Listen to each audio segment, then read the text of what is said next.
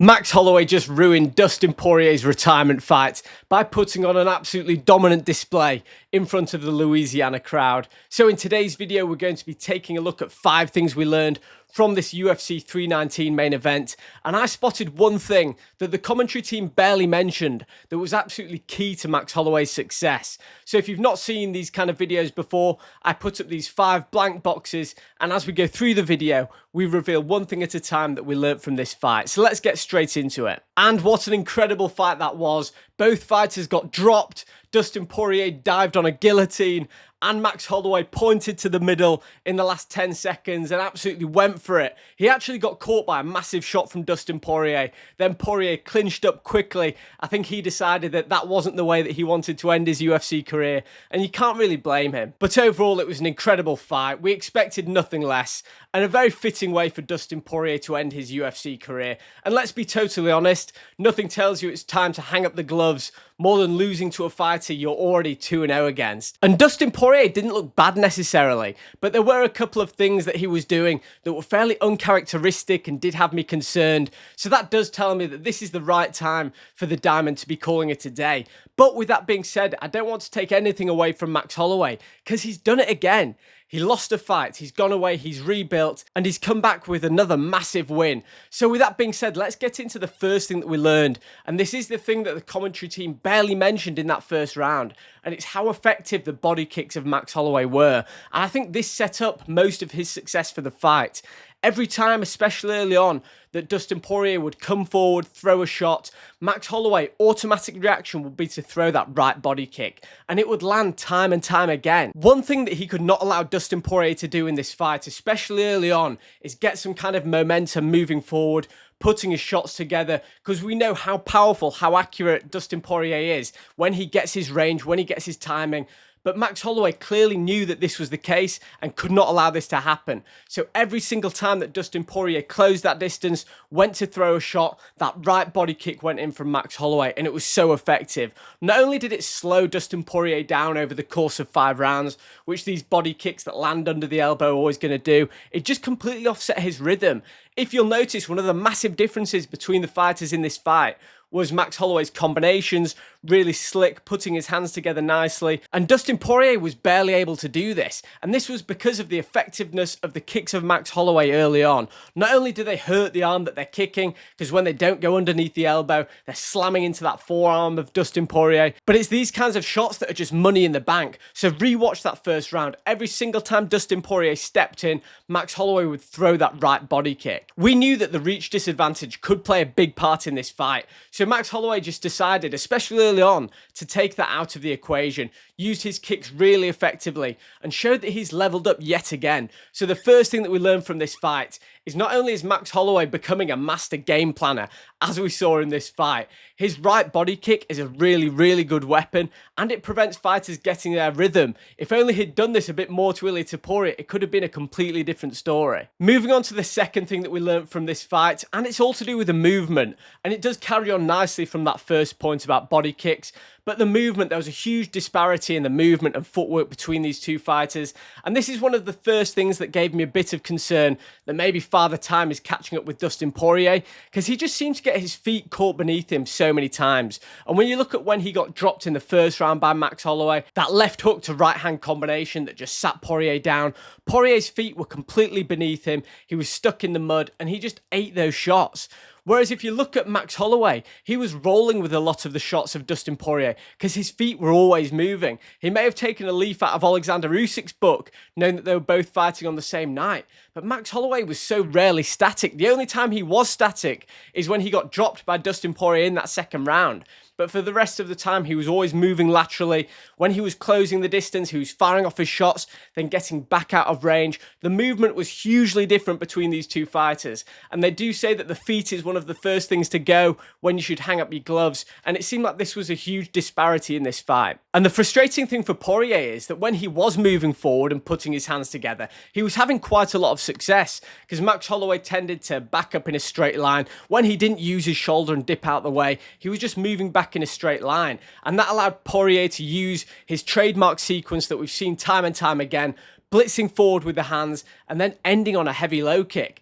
And this is the first thing, the lack of low kick, which really frustrated me about this fight. And it's one of the things that I mentioned was very uncharacteristic of Dustin Poirier. We've seen Max Holloway's vulnerability to low kicks in the past. He does lean forward, he's very heavy on that front leg. Volkanovski in all three of the fights had a lot of success with a low kick. However, Dustin Poirier barely used it in this fight, and I just can't believe it, because we know how good Dustin Poirier's calf kick is, the success he had against Conor McGregor in their first fight.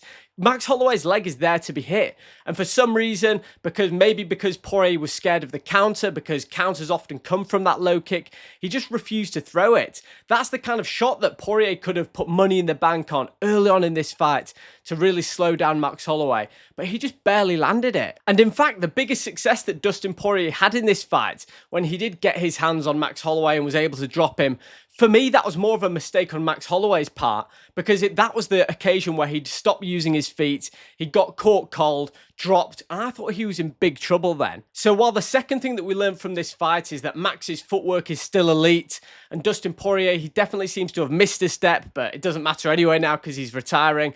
But we just spoke about Max Holloway getting dropped in this fight, and that takes me to the third thing that we learned. And I am starting to question Max's chin. I know after a war like this, where he only got dropped once and he ended up winning the fight, 49-46 on 2 of the judges' scorecards, you might think, what am I talking about? His chin's clearly still amazing. But when you look back at his last 3 fights, he's fought Justin Gaethje, where he got dropped. They didn't count it, but he did get dropped. He got knocked out by Ilir Poirier, and then he got dropped again in this fight. And when you look at the shot that dropped him, it was that right hand, quite a short right hand over the top, to the behind his ear, back of his head, so discombobulated him. But even so, is this a shot that would have dropped Max Holloway a few fights ago?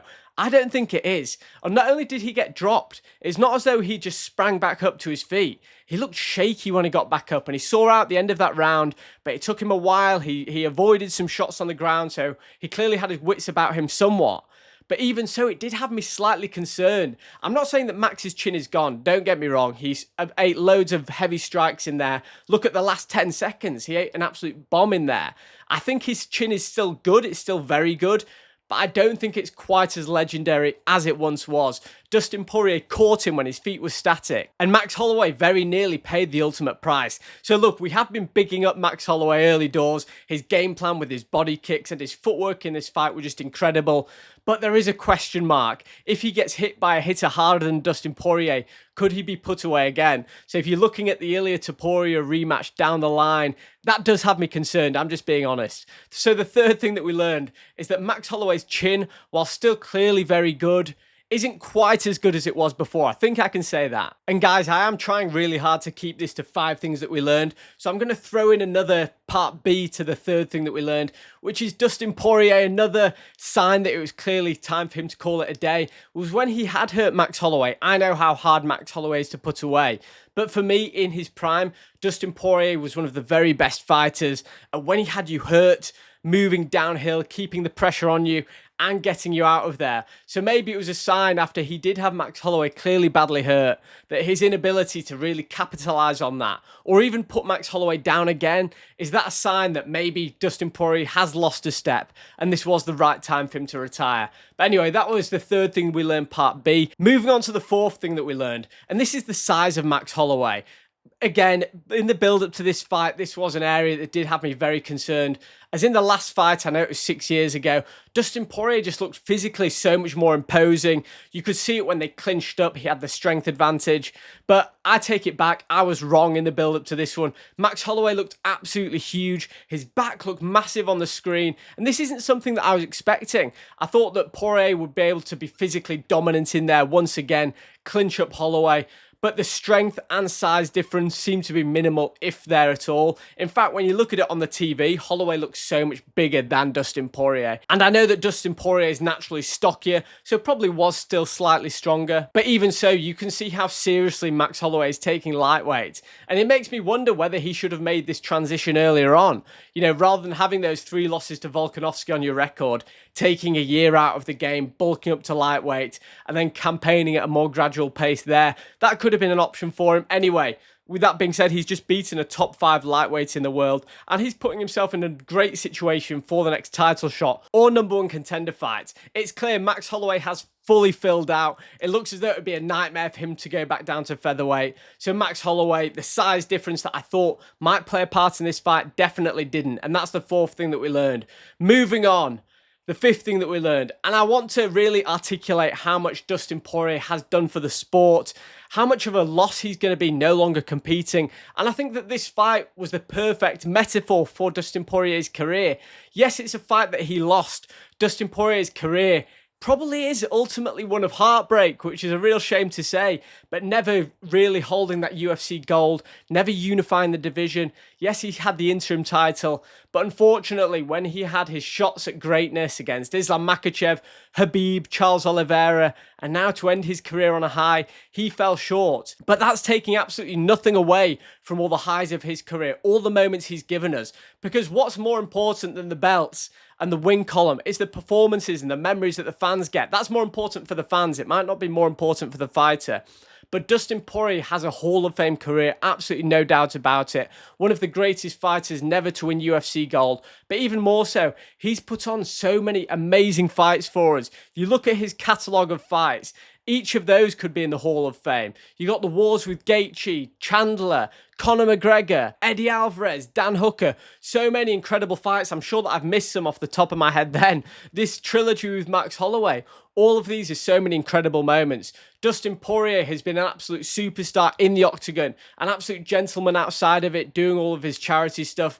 The UFC is definitely going to be a worse place off without Dustin Poirier. And I'm so glad that he was able to leave the sport with such an incredible fight, such an incredible performance.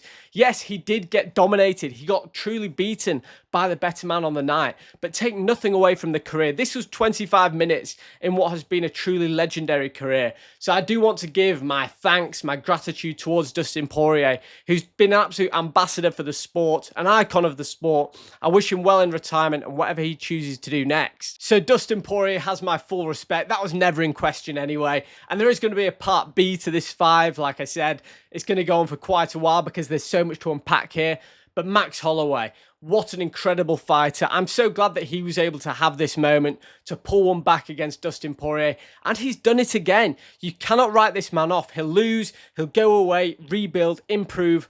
And then this game plan, not only the hand speed, the combinations, we all know that's there. He's an incredible boxer. But the way he's able to game plan now, use that right kick earlier on because he knew that it was going to upset Dustin's range. And it's so important not to let Dustin Poirier get a rhythm, get into range. He implemented his game plan perfectly. Yes, he got caught, he got dropped. But Max Holloway is always going to give his opponents a moment. It's just the way that he fights. His style has an inherent risk inbuilt into it where he will fight you in range. He'll have his chin fairly high at times, so he will get caught. But even so, Max Holloway put in a brilliant display tonight. 49-46 on 2 of the judges' scorecards. So what's next for him? He's now a true lightweight contender. I don't think that he'll get the title shot next.